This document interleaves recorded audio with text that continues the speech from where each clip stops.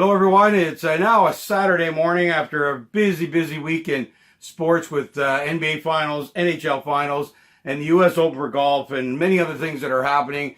So we've got a jam-packed Saturday here of different shows for you. We're going to start off with our U.S. Open show, and man, we're all over the leaderboard again. It does help that we stay with top guys going into the U.S. Open because that's who wins majors, and all the guys we talked about are up the board and have a real chance. And I think a real surprise is Gary Woodland at the top. Yeah, and actually I was thinking about, his past. He's had some 36-hole leads or been there really in majors. I think last year's PGA Championship was the most recent one. He was kind of there. Obviously, Brooks ran away there. Yeah. But, it's something that it doesn't surprise me. He's played really well this year. In fact, he's the only guy in the top 10 FedEx Cup without a win. So he's played some consistent golf. But the key is without a win. Without a win. Yeah. So this 36-hole lead, I'm not confident he's going to hold on to it. But very impressive. 2 shots going in today, really. And it'll be interesting to see what it does. But I just don't see him holding on. And he only has won, I think, 4 times, they said, on air. So, and no majors, obviously. And it hasn't been here enough. I mean, like I said, I remember 1 or 2 instances where he's been close, like kind of been in the lead, then faltered. I think that's going to be the same case here. Very difficult to close out at Pebble Beach. They expect the wind to pick up a little bit, greens get a little bit faster. So I don't see him finishing, but good 36 holes by him. It should give him a good finish no matter what. And it's made it an exciting weekend. Well, and it's always funny for a guy with a lead with 2 strokes that he won't be the favorite in the betting odds today. Not a chance. So the other interesting story, of course, is Brooks Koepka. I finally said it right. However, I am vilified by the fact that the actual announcer said Bruce. I don't know what it is about Brooks, but it's hard to say. Even the announcer on the telecast said Bruce. So anyway, I don't know what it is, but he needs to change his name so that announcer and I can get it right. Anyway, Koepka, same position he was last year. A few shots off the lead. He was 5 off the lead last year going into the weekend. Destroyed the weekend. Is he going to do it again? Neither one of you and I picked him. One of the main reasons is no one's ever been a three-peat on a major tournament. Yeah, and what people forget about... in a row. A lot of guys have had 3. But. Yeah. And what people forget was last year DJ had a 4-shot lead going into the final round, but it was such a ridiculous Saturday that people were shooting like 80s and stuff like that. And honestly, it went from the lead, I think DJ was -4, and the lead by going into Sunday was +5. Yeah. That's how weird it was. It was just such a nasty, windy day, and the course was way too tough, and I think DJ shot like 80 himself, so... it was a little bit different, which brought the field back to him. It might do the same here. Well, the wind comes supposed to be, yeah. I don't think you'll see many guys go low this weekend. Like, I think a lot of evens, maybe 1 overs, 1 unders. So can Brooks throw in a 4? That's really what it's going to take to get back in this tournament and real close. And can he do that? For sure he can throw in a 4 under. It's Brooks Koepka, but I think it's too hard. I think it's too much of a 1 as 3 in a row. He played last week too. I just don't think he'll be able to do it this weekend. I just don't feel like he's really feeling the course right now. He hasn't really even gotten really low. Like, I think that's the thing for me is he's kind of hasn't played the tough holes well enough. He got off to a 4 under through a 7 star the first day and kind of backed off. We'll see. Obviously, can he do it? Sure. Will he do it is a different question. The reason I'm trying to find a reason why he won't do it. Actually, I can't come up with much. Except I just don't believe he'll do it. Yeah. I just don't. I believe facts. The odds have got to be against him. I believe facts are there, and I feel like the leaderboard is too crunched. It's too close. I mean, that's why I wanted to make the point of last year. It was just DJ with a 4-shot lead, and with the crazy day brought everyone into it. I just don't think. But there's not many ahead of him. I mean, there's 2 or 3 ahead of him, but with his pedigree, he's at -4 with a bunch of guys. Like, there's a lot of guys in this leaderboard.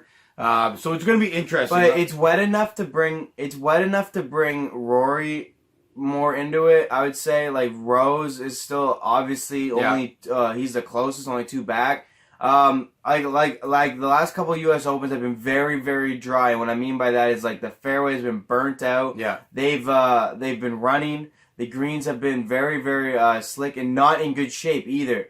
This is more traditional. The fairways are soft. It's keeping guys in play. Yeah. The greens are perfect. I've never seen better surfaces. Just perfectly green. They look like carpet out there. It brings more guys in there. He has specialized on very difficult fairways.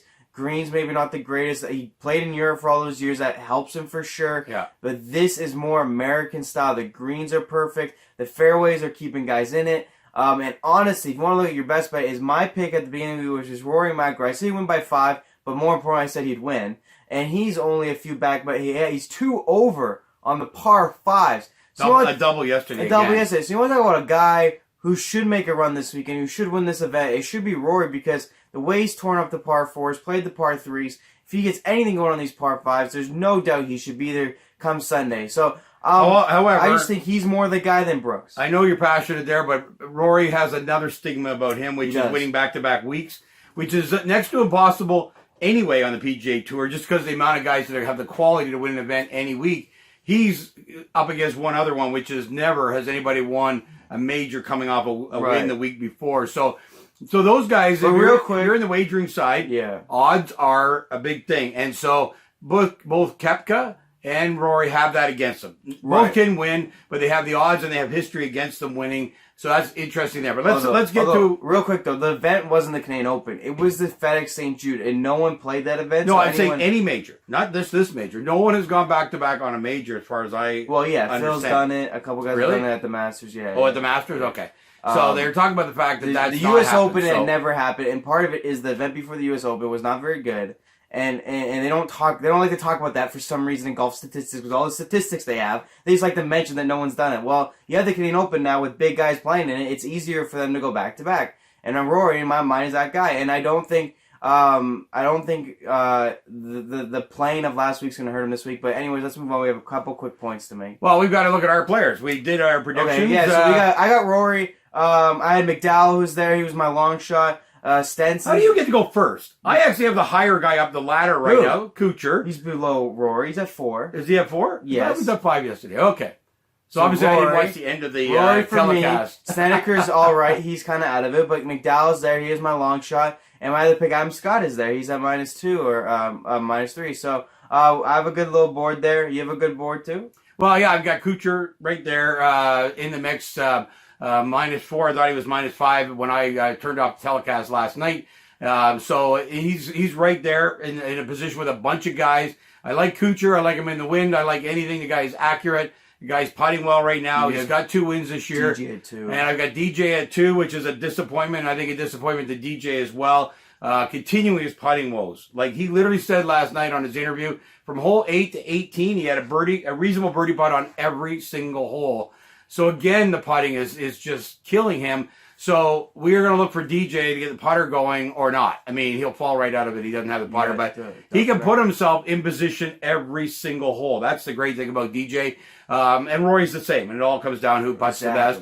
I also have my favorite guy, mainly because he has a pot belly like I do.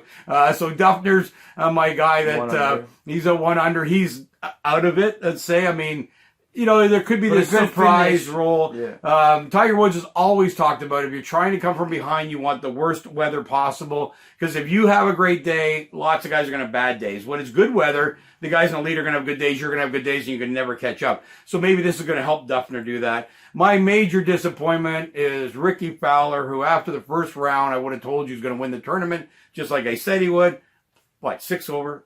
6 over. Like, really, Ricky, when are you ever going to step up, man, and be the golfer you're supposed to be? You know, you want to get away from only being known as a golfer who is virtually a model for clothing that got you up in there, and you can't win the big events. And so I'm really disappointed about what he's done this week. Yeah, it's just too bad. And really the storyline here is actually, real quick here, we got a few seconds to wrap it up, is Aaron Wise. If you want someone to cheer, you think about golf, and you look at that board, you got your favorites, you think, who's the one name I don't know that could win and actually be okay? Is Aaron Wise, 22 years old. If you want a major, who knows what he could do? I think it's going to be very difficult for him, but someone to watch out for right now and for the future. Sorry, my other pick was Spieth, and because we want him to win majors, he's kind of there. He's -2. -2. Tough to come back from that, but again, the weather might help him because he is such a great putter. Seems to be putting well. Can't drive the ball. That's you got to take Woodland out of it, and then you think everyone else is at 7. 7 is Rose. It's the real number. That's the real number in our minds. Yeah, so take Woodland out. Lots of other opportunities. We'll look forward to a great day of golf there. It's going to be exciting with the wind blowing. Yep. All right, we'll be back to talk tomorrow.